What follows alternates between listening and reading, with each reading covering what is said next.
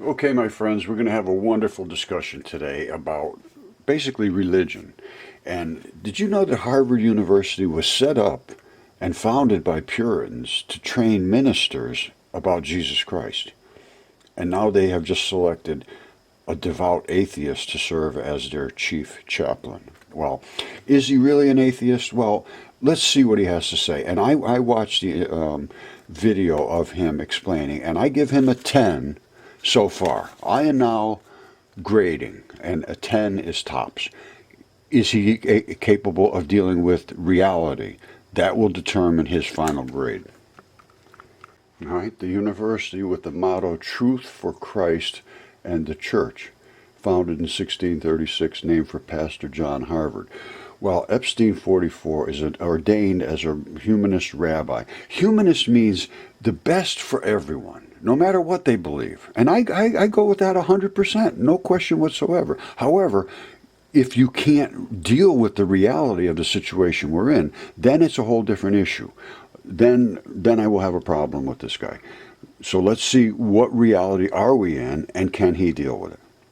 So far, I have seen that he does not understand the reality we're in, and I'll show you why.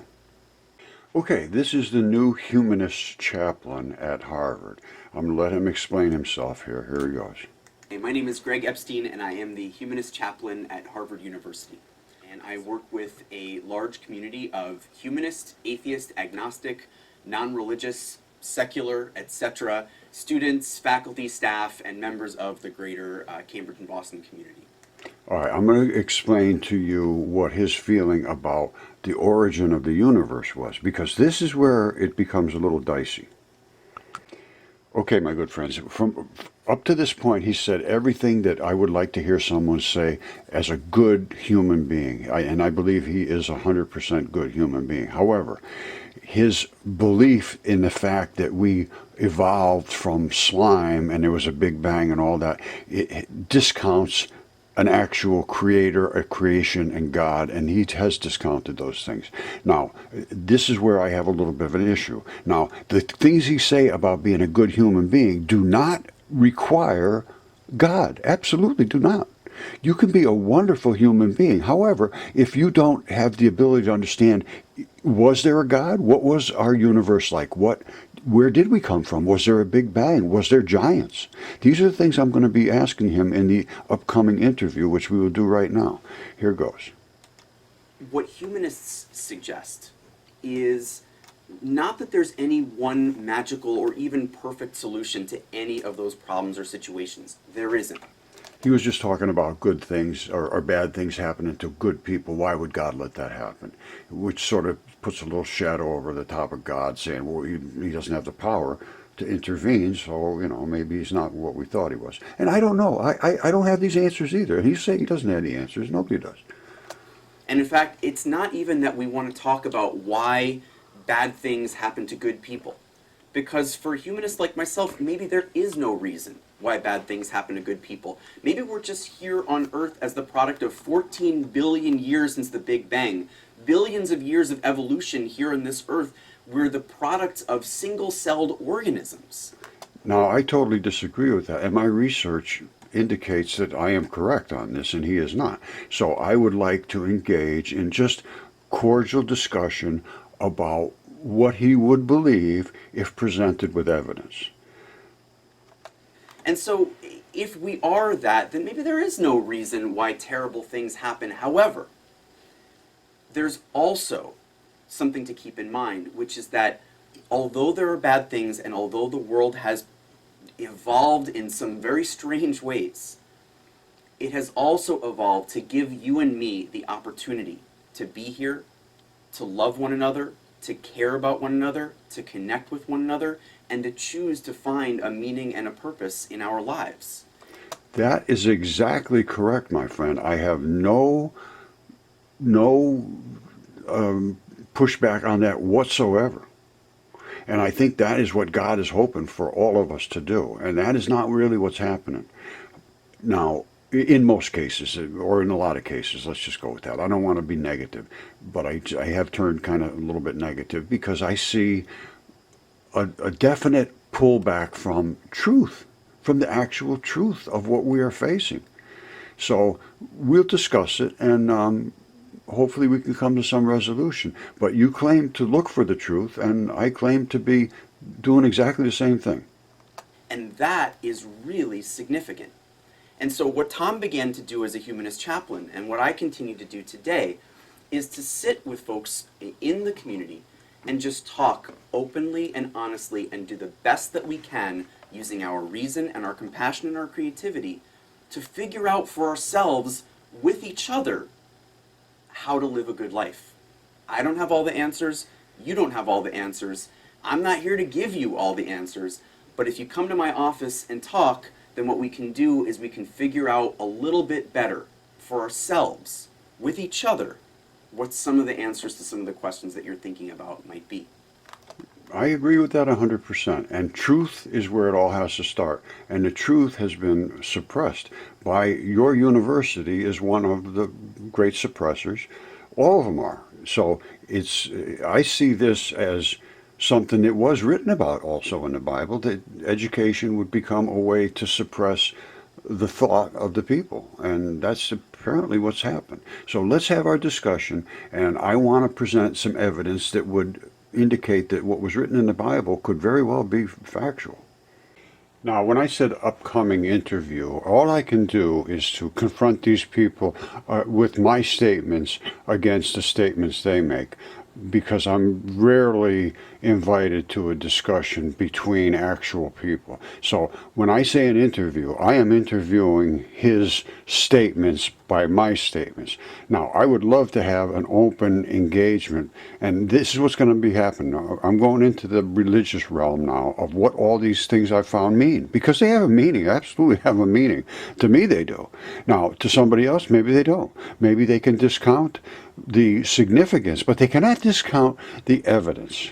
So this is why I have to be able to discuss and interview and talk back and forth. And if I can only talk back to what he said on a screen, well, that's how I'll do the interview. Okay, I'm going to let him finish up, but I want you to know I'm starting a couple of new interactive platforms where we're going to have a forum of people, and some of them will be where I just am interviewed or interview someone, and other ones will be where we just have a free-for-all with a group session. And but they will always be allowed for comments, and I'll discuss virtually anything with anyone, because everything needs to be re-examined. Now I'm going to let him finish up, and then I am going to interview him here from my shop. He won't be actually responding, but I will ask the questions basically like I was discussing it with him. And this is how I will approach all the interviews in the future. So this will give you an idea what you'll be coming up against. I don't have all the answers. You don't have all the answers. I'm not here to give you all the answers. But if you come to my office and talk, then what we can do is we can figure out a little bit better for ourselves, with each other, what some of the answers to some of the questions that you're thinking about might be. That's exactly what I want to do, my good friend. And this happens to be my office. So we'll address each other from my office to your office. And I really, really hope you respond, because I have a great admiration for you, my friend. You seem to have a good heart. And that is also very hard to find nowadays. But truth is just impossible to find. And if you're out for truth, then you have no option other than to discuss this with me. Okay, in one of the chapters in the Bible, in Genesis, it says there were giants in the earth in those days, and also after that. So there's one set of giants that are in the earth, and also after that, when the sons of God came in unto the daughters of men, and they bare children to them, the same became mighty men which were of old, men of renown. So there's two sets of giants. There were giants in the earth in those days, and then after that. It's pretty clear to me. So I would like to address that with my good friend from Harvard. So now I would say, if I could present evidence to support that, would you be willing to look at it? And I would expect him to say, "Oh, absolutely. If you can back it up with some substantial evidence." And I would say, "Thank you. Let's just talk about something else now. We'll get back to that later." Okay, there's another statement that's in the Bible talking about they sent out 12 spies to find out, could we go and take this land? All right. Well, they came back and said, "Well, no, I don't think we're going to be able to do that." There we saw the giants, the sons of Anak, who come of the giants. And we were in our own sight as grasshoppers, and so we were in their sight. So they were like this size compared to the people that were gigantic. And I have the same thing. I have one in my backyard. It's 180 feet tall or so. And I've had DNA certified and CAT scanned and everything else, and I have several, so it's not just one. This is the evidence I would like to present. So would you look at it, sir? And I would expect him to say, "Well, if you can present the evidence, if you have DNA tests, I'd sure like to see those." And I said, "Okay, let's get into my evidence." Okay, my friends, this is the DNA report, and this goes back 6 years ago. So I've been showing this around trying to get somebody to look at it, and now I have an academic person that says they want to have the truth, and here is the truth. This was 3 specimens, and I will show you those in pictures in a second, what they were, so you'll see what the actual anatomical pictures were. Now, they did DNA tests on the samples that I submitted. I extracted them. I was extremely careful the way I did it. I know exactly how to do it, and I took and went up inside arterial blood supplies. And I'll show you when I show you the pictures where I took it from. And there was 3 of them. There was a 36-inch tip, gigantic fingertip, 30 inches long, are about our size, and a mud tip about half the size of that guy. And there was the DNA was dense in 2 of the 3 samples. Excellent quality DNA sequences obtained for the big gigantic fingertip and the lung. The other one was a real mud, but they all came back Homo sapien, all 3 of them. But these 2 were very dense, and this is a certified test. And they say they will stand behind the results of this test. However, I was the one that did the extraction. They say 100% they stand behind what I sent them has dense human DNA in it, mitochondrial DNA. That's some other side. So that's the test. Now let's look and see what the specimens I did, what the extractions I sent. Okay, this is the lung I extracted from the red bloody part down here. I drilled up inside and got some red blood out of there and sent it off. This still has the pleura on the lung, and I have them here. Now this one was another lung that just bled right out, and the blood actually came out of it is right here. You see that? That's what came out of this lung over here, and there was a ton of it. Every one of these things bled. And this is the actual alveoli in this lung. So this is no joke here. Now that's one of the samples that I sent off, the specimen that I extracted from that lung. Now here's 2 giants. Now that is a left hand. If you put your hand and stretch it out, you're going to see you have a tendon here, you have the fleshy bumper pad around here, and then this is this silvery stuff. That's what's called grip skin, and that is as tough gets. And I had this on both of my giants because they're from fingers and hands. And this is a fingertip that was from this giant hand, and this was CAT scanned and DNA tested. It's all, that's one of the ones that was on the test. Now, hold on one second. That is this is 3 feet wide, this particular hand. And I have knuckles and fingers, and actually I have a toe from it and other stuff. And they appear to be anatomically correct in size. I can't account for any of this stuff. All I can tell you is what I see and what we need to confront with the professors and especially my friend from Harvard. Now this is the giant fingertip. Huge. That is the fingernail. It's still very good. That's the little bumper pad at the back of each bone has a little pad so they can rock on the next bone. Blood supplies, fingernail, huge. At least 30 inches long. I can't remember. This is like 10 years ago. And then I had it DNA tested, and I actually broke off some of the grip skin. And it pops right off, just exactly like you see it here in the picture. It pops right off right at that junction. And when I smacked it with the hammer, it just peeled right off. And there's the fingerprints right here. It's just as good as my fingerprints. And there's sweat pores that are in the fingerprints. And my finger is the same width as one fingerprint ridge in your finger, or in that guy's finger.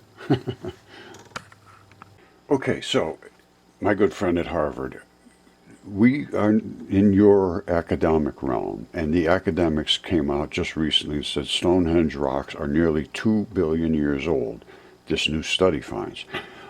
Well, I disagree with that. They're not 2 billion years old. They're right on the surface. Not only that, they are the remains of giants, and it is a memorial, apparently, to giants, and the feet were there. I'll show you that right now. Okay, as I said, everything appears to have died very recently from a great flood, and they are all just laying everywhere, sort of wet-ish. They used a lot of this stuff to build things with. Petra is carved from body parts. This foot, which is at Stonehenge, which is called the heel stone, apparently was laying flat like this, and that created this flat spot. Just like my goose here. The goose, there's the side of its head, this was the flat spot laying on the ground. And the lung and all the other things I have flat spots. And then they have very clear articulation of the rest of the anatomy. Now, these are the toes. No question whatsoever. If you knew the anatomy, you could go up and get the blood samples right out of there. If you drilled into there, a quarter of an inch, half an inch, whatever, you'd be into fresh, literally blood. Those are arteries and veins. And these tips are blood vessels out the end. Now, I've shown this pretty carefully. I know chemistry pretty damn well. And I understood, and I was the first one to understand, nucleophilic substitution inside the biological mechanism, which is our body. It's continuously giving and taking molecules until there's a death.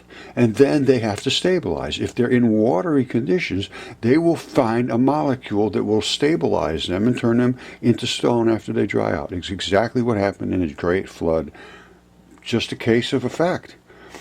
As far as I can determine, and these are the facts that we need to talk about. I hate to keep saying these are facts, but to have the denials that I am getting from the people that should be at least examining it, refusing to examine even the DNA reports and everything, this is what upsets me. Now, my friend at Harvard, I would hope, would be willing to engage. That's my deepest hope. One of my last hopes, because I can't find any in 10 years, not one, that will address it, because there's too much overwhelming evidence to support my side of the claim. And if my side's right, their side is totally wrong. And I'm sorry, that's just a fact. Well, there I go again. I don't mean it that way. I just say it's a fact that we should look at this. I've examined your evidence very, very carefully, and let me show you a couple of the last things. I don't want to brag. I keep showing my background over and over. I am a chemist. I'm a physicist. I'm an anatomist. I understand all of this stuff. I've studied it deeply.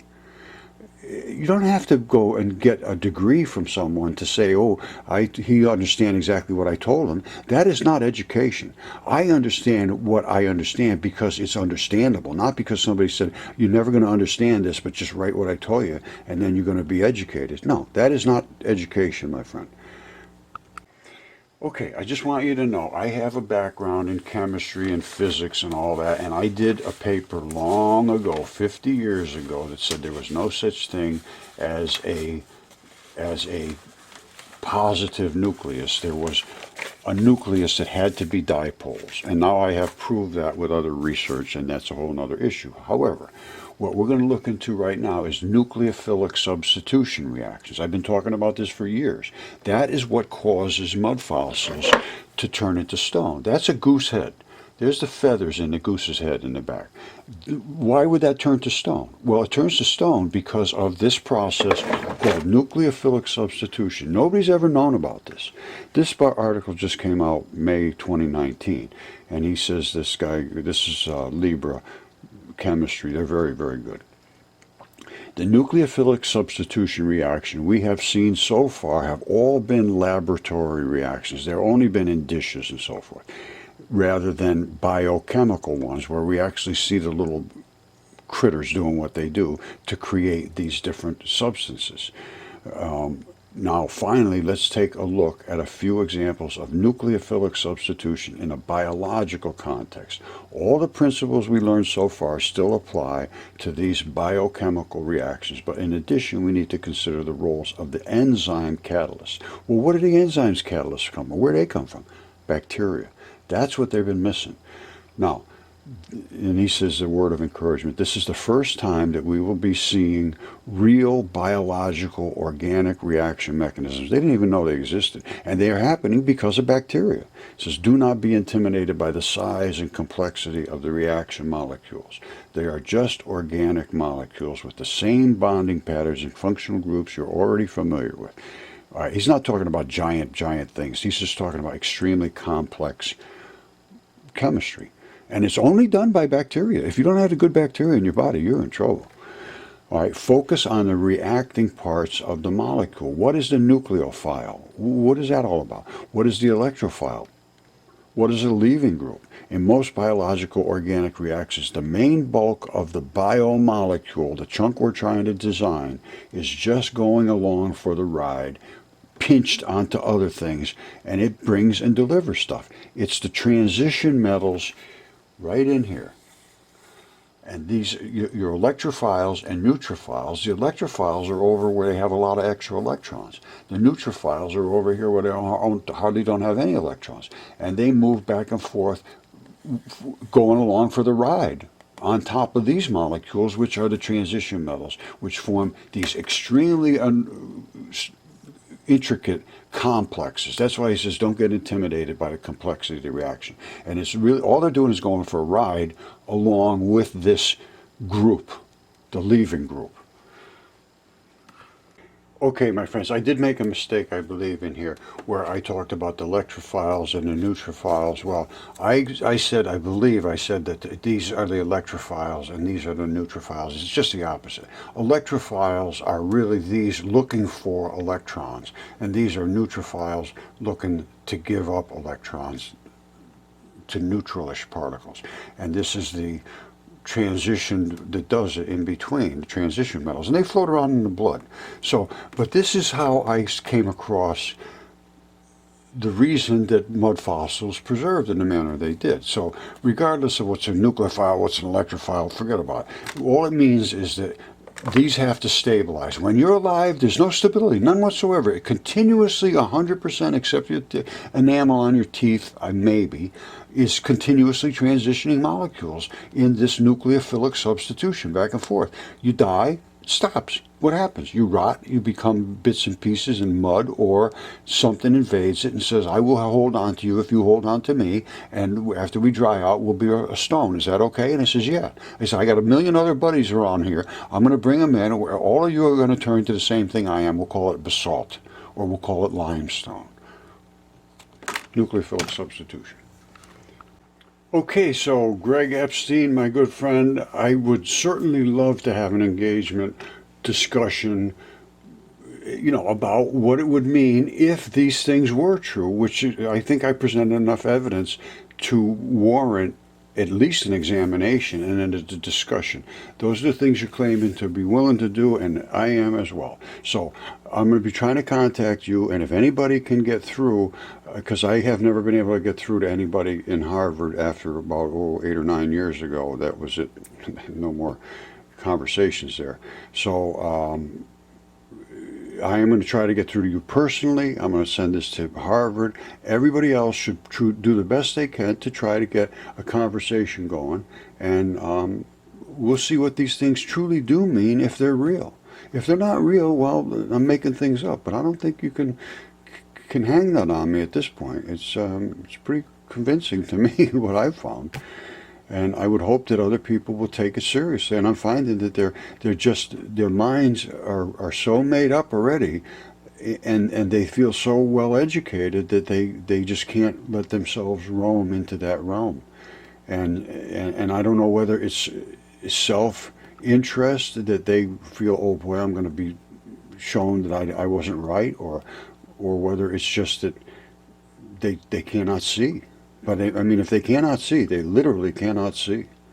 So we are going to just continue this discussion until it becomes discussable in an open forum where you don't get destroyed for talking about it. And that could be a ways off, but it's my intention to get there.